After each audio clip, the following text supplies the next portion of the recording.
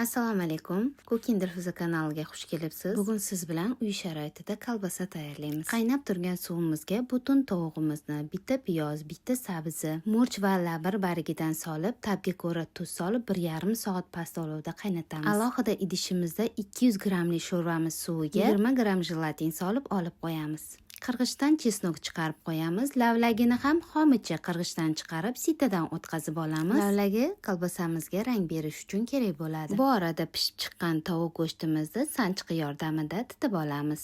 2 choy qoshiqda paprika, murch, tuz, qirg'ichdan chiqarilgan chesnok, sho'rvamizga solingan jelatinni ham ustidan qo'yamiz va 2-3 qoshiqda lavlagi suvidan sovuramiz. Hamma masalliqlarimizni endi blender qilib olamiz. Mayda bo'lib ezilib ketgunicha blender qilib olamiz. Rangi och bo'lsa, yanada lavlagi qo'shishingiz mumkin bo'ladi. Oddiygina bitta baklashka olib, tepa qismini kesib olamiz va massamizni solib, bir kunga muzlatgichga olib qo'yamiz. Ko'rib turganingizdek kolbasamiz tayyor bo'ldi. Lekin bu kolbasa ko'proq menga tovuqli pashtetni eslatdi.